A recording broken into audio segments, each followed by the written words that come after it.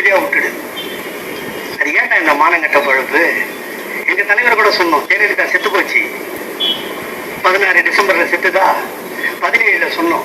ஏன் தலைவரை ரொம்ப நம்ம ஊரெல்லாம் சுத்தி ஓட்டு கேட்டு ஒரு 40 எரும மாடை பிடிச்சி இந்த பக்கம் கூப்பிட்டு வந்தா நம்ம பாட்டுக்கு ஆட்சி அமைச்சிடலான்னு எங்க அண்ணன் சொன்னார். அதுக்கு எச்சஸ் ஒரு துன்ற ஆளுக்கு நான் பிறக்கல, இந்த மண்ணுக்கு சொந்தக்காரன் ஐயா கலைஞரின் மகன், நான் மக்களை சந்தித்து வெல்வேன்.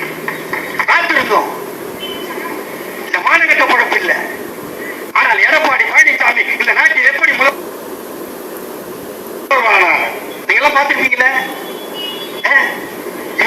அப்படி ஒன்றும் கூற முடியுமா சார்? ஒரு 3க்கு 2 டேபிளுங்க, 4 பேர் அந்த பக்கம் இருக்கான், 2 பேர் இங்க இருக்கான்.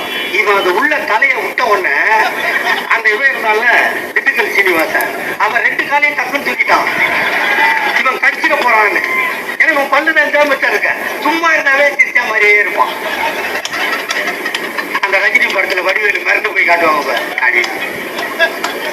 போய் தொழாண்டி அந்த காலை கடிச்சு அந்த செருப்பை சுத்தமா தொடச்சி நாக்காலேயே பாலிஷ் போட்டு இப்படி முதலமைச்சரை வந்துட்டு அவங்க என்ன சொல்லுவாங்க, பழனிசாமிக்கு முழுகெலும்பு இல்லைன்னு சொன்னாரு.